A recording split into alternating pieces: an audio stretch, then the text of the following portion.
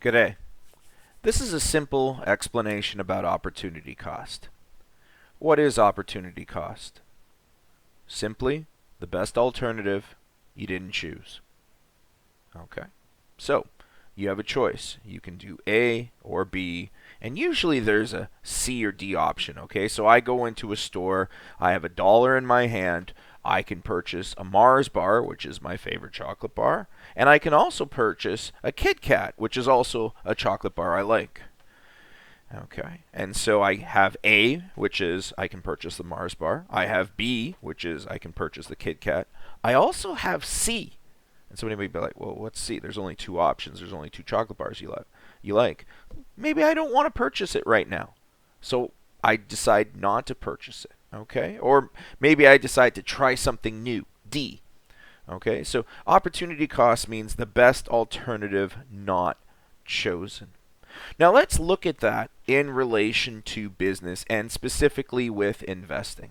So I have a chart here. This represents, let's say this is 2002, and let's say I have $10,000 and I invest it, and between April and June, this $10,000 makes 6,400, or sorry, 64%, which is $6,400. Is that a good investment?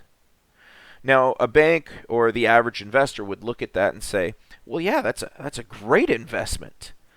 But the actual answer, correct answer to that is, it depends.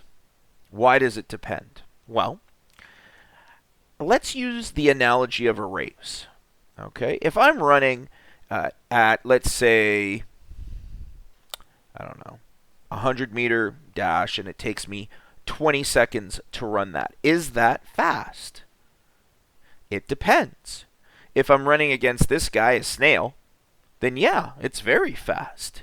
If I'm running against Usain Bolt, one of the fastest runners in the world, okay, he ran for Jamaica's track team, by the way, if you're not familiar with him, then no, 20 seconds is quite slow.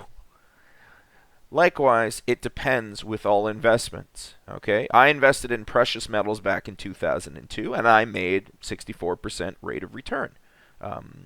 I made $6,400 on my $10,000 investment. The problem was, I was also thinking about investing in oil, and oil actually in that period of time went up by 104%, which means had I invested in oil and not in precious metals, I would have made 10,400 on my principal being $10,000 instead of 6,400, meaning that I lost 40%, or I lost $4,000. Now obviously the bank's going to sit there and go, well, that's not the case. You invested and you did well. But remember, most businesses go bankrupt in North America after 5 years. Okay? Actually, usually after a year. Statistically, they don't do so well.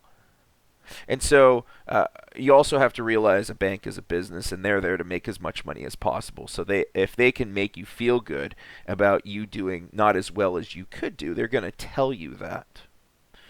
You want to be one of the top leaders in business. One of the things you need to think about is opportunity cost. What was the best alternative not chosen?